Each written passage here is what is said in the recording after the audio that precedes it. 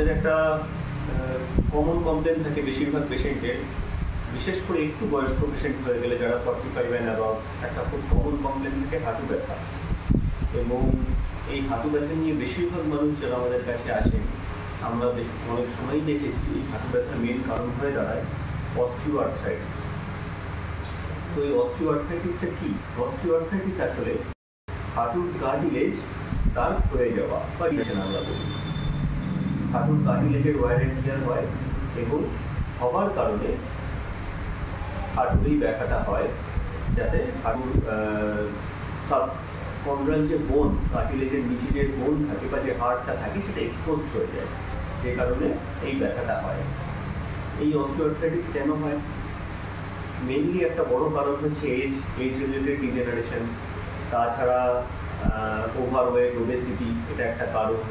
এবং আমাদের ইন্ডিয়ানদের ক্ষেত্রে এটা খুব কমন একটা ব্যাপার, সেটা হচ্ছে পশ্চার রিলেটেড। আমাদের বাড়ির মহিলারা বিশেষ করে হাঁটু ভাঁজ করে বেশিরভাগ কাজকর্ম, ঘর মোছা থেকে শুরু করে সমস্ত কাজকর্ম করে থাকেন। এবং আমাদের যে ট্র্যাডিশনাল যে ইন্ডিয়ান টয়লেট, তার সিস্টেমটাই হাঁটু ভাঁজ করে বসা।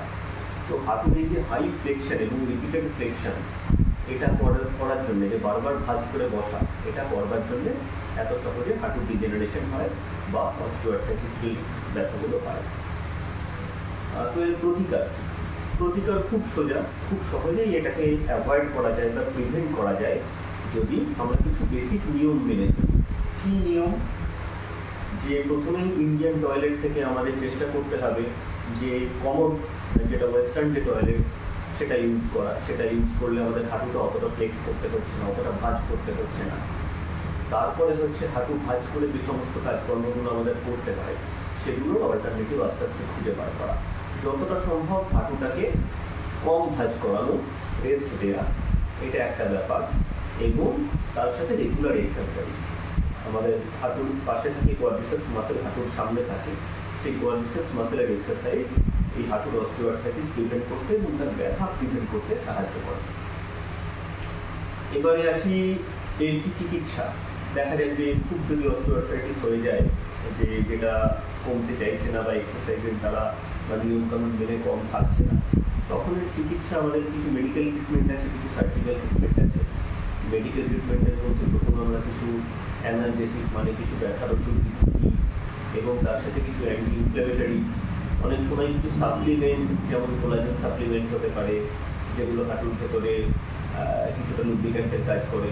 এরকম জিনিসপত্র বোথ ওরাল এবং ইনজেক্টেবল দেওয়া যেতে পারে, এগুলো কিছুটা কাজ করে।